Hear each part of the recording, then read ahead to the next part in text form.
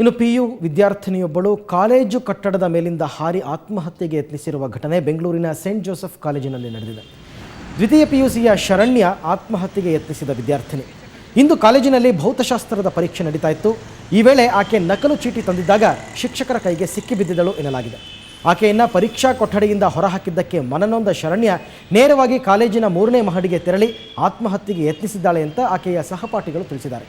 Sharanya college ಮೇಲಿಂದ ಬೀಳುತ್ತಿದ್ದಂತೆ ತಕ್ಷಣವೇ ಆಕೆಯನ್ನು ಹತ್ತಿರದ ಖಾಸಗಿ ಆಸ್ಪತ್ರೆಗೆ ದಾಖಲಿಸಿದ್ದಾರೆ.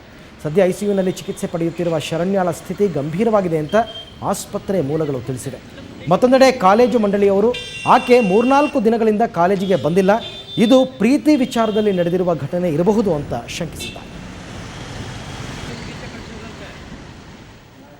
ಮನೆ ಬಗ್ಗೆ ಹೆಚ್ಚಿನ ಮಾಹಿತಿ ಪಡೆಯೋಣ ನಮ್ಮ ಪ್ರತಿನಿಧಿ ದತ್ತರಾಜು ಅವರಿಂದ. ದತ್ತರಾಜು, ಮೊದಲಿಗೆ ಶರಣ್ಯ ಕಾಲು ಜಾರಿ ಕೆಳಗಡೆ ಬಿದ್ಲು ಅಂತಕ್ಕಂಥ ಸುದ್ದಿ ಬಂತು, ಆನಂತರ ಆತ್ಮಹತ್ಯೆ ಅಂತಕ್ಕಂಥದ್ದು ಬಂತು. ಸೊ ಆಕೆಯ ಸಹಪಾಠಿಗಳು ಏನು ಹೇಳ್ತಾರೆ ಇವಾಗ? ಅರವಿಂದ್, ಏನಂತ ಹೇಳಿದ್ರೆ ಬೆಂಗಳೂರಿನ ಕಬ್ಬನ್ ಪಾರ್ಕ್ ನಲ್ಲಿರುವ ಮಲ್ಯ ರೋಡ್ ನಲ್ಲಿರುವ ಸೈಂಟ್ ಜೋಸೆಫ್ ಕಾಲೇಜ್ ನಲ್ಲಿ ಇಂದು ನಡೀಬಾರ್ದ ಒಂದು ಘಟನೆ ನಡೆದಿದೆ ಅಂತಾನೆ ಹೇಳ್ಬೋದು. ಅಲ್ಲಿ ಶರಣ್ಯ ಅಂತ ಅವಳು ಸೆಕೆಂಡ್ PUC ಓದ್ತಾ ಇರ್ತಾಳೆ, PCMB ಸ್ಟೂಡೆಂಟ್ ಆಗಿರ್ತಾಳೆ, ಅವಳು ಸೈನ್ಸ್ ಸ್ಟೂಡೆಂಟ್ ಆಗಿರ್ತಾಳೆ. ಓದಿನಲ್ಲಿ ಅಷ್ಟು ಚತುರತೆ ಇರ್ಲಿಲ್ಲ ಆಕೆ. ಇತ್ತೀಚೆಗೆ ಅಂದ್ರೆ ಈಗ ಇತ್ತೀಚಿನ ದಿನಗಳಲ್ಲಿ ಕಾಲೇಜ್ಗೂ ಕೂಡ ಸರಿಯಾಗಿ ಬರ್ತಾ ಇಲ್ಲ ಅಂತ ಹೇಳ್ಬೋದಾಗಿದೆ. ಇವತ್ತು ಆಕೆಗೆ ಎಕ್ಸಾಮ್ ಕೂಡ ಇರುತ್ತೆ, ಫಿಸಿಕ್ಸ್ ಮತ್ತೆ ಕನ್ನಡ ಎಕ್ಸಾಮ್ ಕೂಡ ಇರುತ್ತೆ.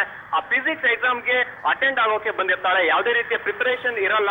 ಆ ಟೈಮ್ ನಲ್ಲಿ ನಕಲು ಅಂದ್ರೆ ಆ ಕಾಪಿ ಹೊಡಿಯೋಕೆ ನೋಡ್ತಾಳೆ, ಎದುರುಗಡೆ ಇರೋ ವಿದ್ಯಾರ್ಥಿಯನ್ನ ನೋಡಿ ಕಾಪಿ ಹೊಡಿಯೋಕೆ ನೋಡ್ತಾಳೆ. ಆ ಟೈಮ್ ನಲ್ಲಿ ಲೆಕ್ಚರ್ ಕಣ್ಗೆ ಬೀಳ್ತಾಳೆ. ಅವಳನ್ನ ಏಕಾಏಕಿಯಾಗಿ ಆಕೆಯನ್ನ ಹೊರಗೆ ಹೋಗುವಂತೆ ಕೇಳ್ತಾರೆ.